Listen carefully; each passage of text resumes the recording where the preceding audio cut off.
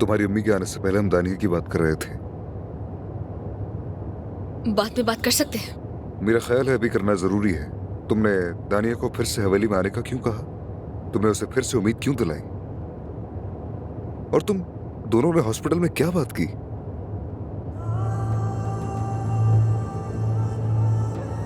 उससे माफी मांगी और कहा कि मैं बहुत शर्मिंदा हूं। वो क्यों? क्योंकि उसकी कोई गलती नहीं थी और ना ही कुछ जानती थी वो।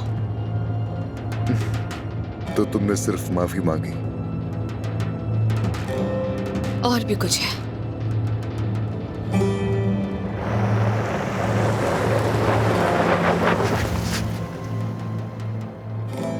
ज़मरुद, मुझे उम्मीद है तुम वो नहीं कर रही जो मैं सोच रहा हूँ। ये मत कहना कि तुमने उसे कोई पेशकश की है। अदनान, शायद तुम्हारी दादी सही कह रही थी। क्या तुम वाकई में ऐसा सोचती हो ज़मरुद? दानिया को जिंदगी से जुड़े रहने की कोई वजह चाहिए थी। समझ क्यों नहीं रही? तुम उसे ये वजह नहीं दे रही हो, बल्कि तुम उससे लड़ने की वजह दे रही हो ज़मरुद।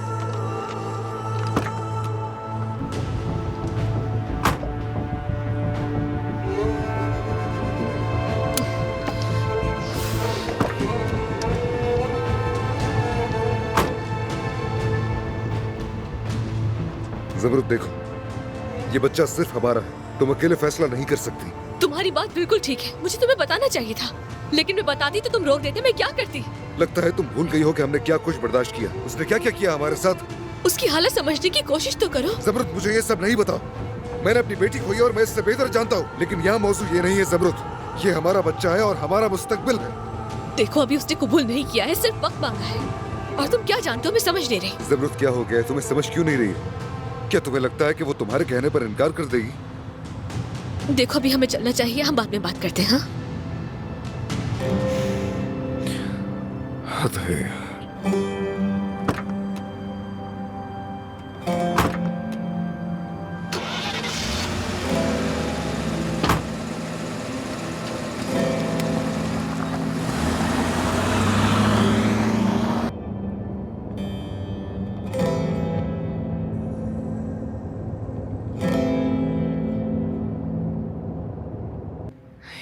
क्या करूं?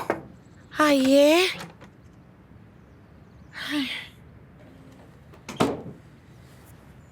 हुरिया साहिबा, आपने तो कुछ भी नहीं खाया। मुझ में कुछ भी खाने पीने की हिम्मत नहीं है। ये क्या है?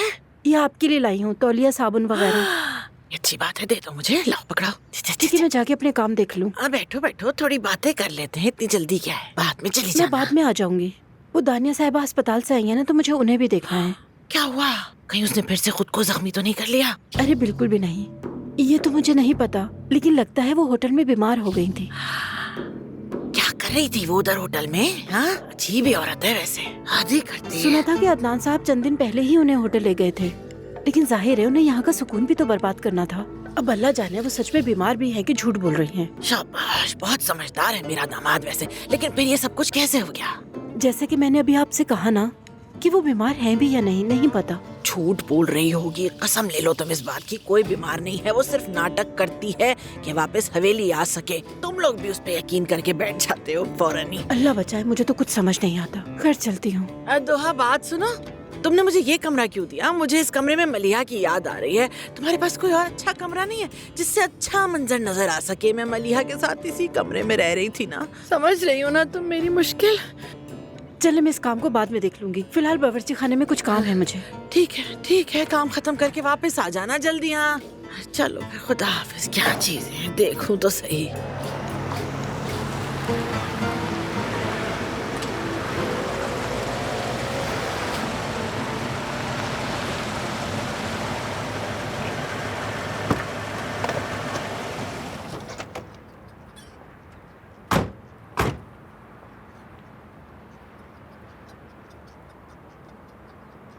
ज़मरुद, क्या ये वही जगह है?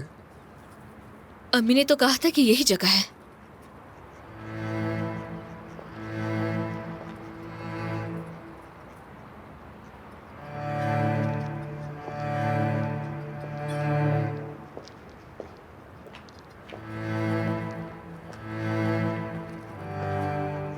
बाबा,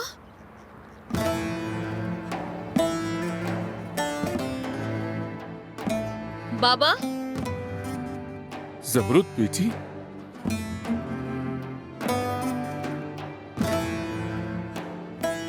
बाबा,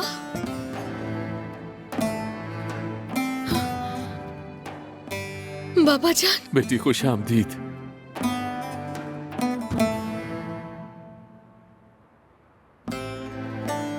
ऐसी जगह पर कैसे रहते हैं आप? कितनी ठंड है। हाँ बेटी, लेकिन हमेशा ऐसा नहीं रहेगा। हम इस घर को एक अच्छा घर बनाएंगे। चलो बैठो बैठो बैठो। मैंने सुना है कि मलिहा वापस आ गई है। वो हमारे पुराने घर आई है। तुम्हारी माँ उसे लेने के लिए गई है। बाबा जान, मलिहा फिर से भाग गई। अम्मी ने हर जगह तलाश किया लेकिन वो नहीं मिली। भाग गई है? देखिए, अम्मी बहुत बीमार है। उन्हें हवेली ले आए हम लोग। अब आप भी चले हमारे साथ। अरे नहीं बेटी, मैं यहीं ठीक हूँ मैं। रुस्तम बाबा, देखिए हम आपको ऐसे नहीं छोड़ सकते। आपको हमारे साथ हवेली चलना होगा। अगर वहां नहीं तो हमारा होटल है, आप वहां रह सकते हैं। बेटे इसरार मत करो। अगर तुम वाकई मेरी मदद करना चाहते हो तो मलिहा को ढूंढो। हमने पुलिस को इत्तला दे दी है, वो ढूंढ रहे हैं। मैंने भी उनसे बात की, लेकिन उन्होंने कहा कि हम कुछ नहीं कर सकते क्योंकि वो बालिग है। बस अगर वो किसी मुश्किल में पड़ेगी तो हमें बताएंगे। और यकीन करो, मैं कैसे कह सकता था कि मेरी बेटी ने चोरी किया है कुछ। अगर मैं उनसे चोरी की शिकायत करता तो शायद वो उसे ढूंढ सकते थे, मगर मैं ऐसा नहीं चाहता। ना मैं उसका रिकॉर्ड खराब करना चाहता था, ना ही उसका मुस्तकबिल तबाह। बाबा, ये सब कब तक चलेगा?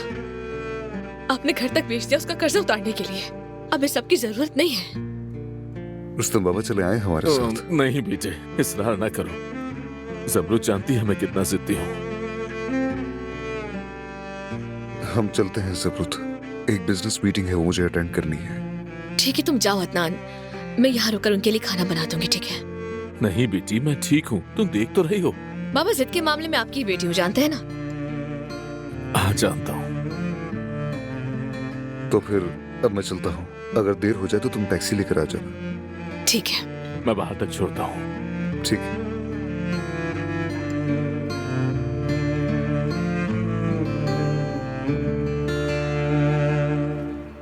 सुने रुस्तम बाबा, अगर आपको कोई भी परेशानी हो तो मुझे कॉल कीजिएगा।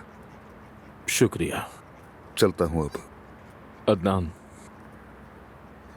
मुझे हमेशा दुख होता था कि मेरा बेटा नहीं है। मैं हमेशा बेटे की ख्वाहिश रखता था, लेकिन आखिरकार मुझे बेटे जैसा एक दामाद मिल गया। शुक्रिया। मैं सालों से बगैर बाप के पला पड़ा और खुदा ने मुझे आपकी सूरत में अता किया। अल्लाह तुम्हारी हिफाजत करे। मेरी दुआ है तुम और ज़मरुद कभी जुदा ना हो।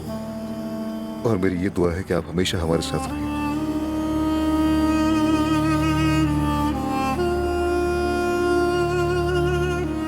ठीक है बेटा, खुश रहो।